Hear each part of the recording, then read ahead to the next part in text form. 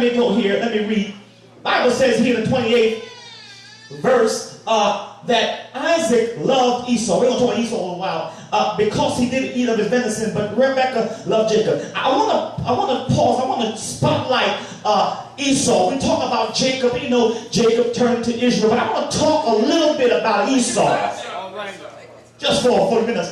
And so here we see that Isaac loved Esau. And so I want you to understand that he was favored by his father. He was favored by his father. When you are favored, I gotta back up a little bit. Favored by his father. And so because there are two of them, no doubt, yeah, little brother, there is some points of contention between the two. When you are favored, people often have a bone of contention to pick with you. When you are favored, folk want to be like you. Folk want the privileges that you enjoy. Folk would like to trade places with you. They want what you have, not always necessarily because of who you are, but because of the position you're in. The favored position. So we have to be very careful. So you must understand, number one, when you are favored, there are certain privileges that you get as a favored person. Yeah. So you have to be very careful.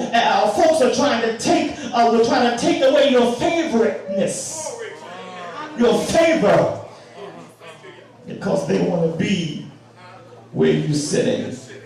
They want to be who you are. They're jealous of what you have. And so here we're coming down and we understand that Esau, the favored son. And then 29 verse tells us that Jacob sawed pottage. I looked that word up in Hebrew, the word sawed, because it kind of caught my attention. And as I'm reading, it means to sieve.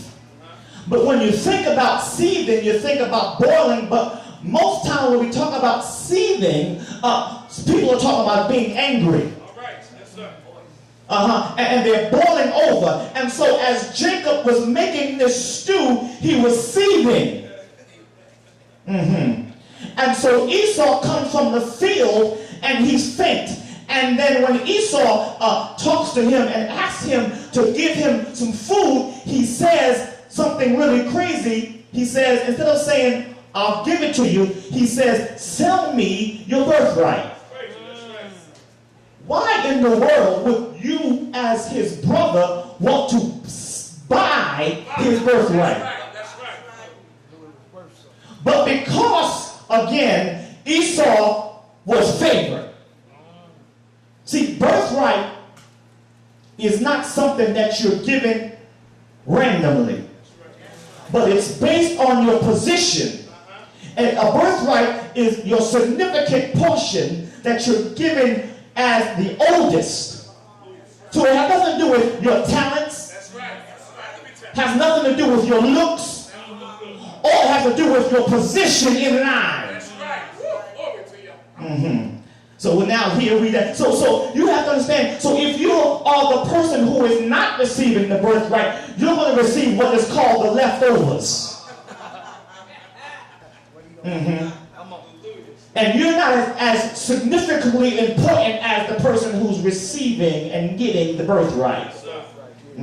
Now, so this kind of puts me in mind. I was thinking about that, and then I thought about the prodigal son that said, Father, give me all the goods that you have for me. See, really, you can look at it this way and say, well, all he wanted to do is make his name for his own self. He knew he wasn't the oldest, right?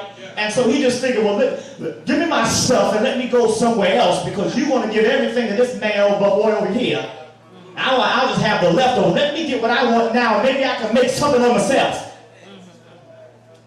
Birthright. Based on position. But Esau, verse number 32 says, behold, I am at the point to die.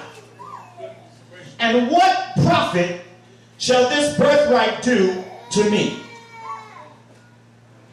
I'm about to die. He over-exaggerated his condition because he was not about to die. And if he was about to die, it would be better off for him to drink some water than to eat some soup. If he's about at the point of death. Because if you're at the point of death, it's better for you to receive water to stimulate you, to get you to the place where you can live to eat some soup. We hear all the time. But the problem with Esau was that he was enticed. He was enticed. James tells us that enticement, when we have a desire, because we all have different types of desires. And so here, James says, when you're drawn away by your lust, you are enticed. And that lust word is desire. So you are taken by your desire. Esau was taken by his desire. He desired for food. And that was his weakness in this particular point. And so because he was weak and because he desired, he was taken by his own enticement, his own lust. He was enticed, and enticement causes you to act impulsively. Come on. The Bible says, when lust conceives, it brings forth sin. So so it starts out with desire. Then you are enticed by the desire. And then that causes sin to be brought forth. And then from sin, it brings forth death.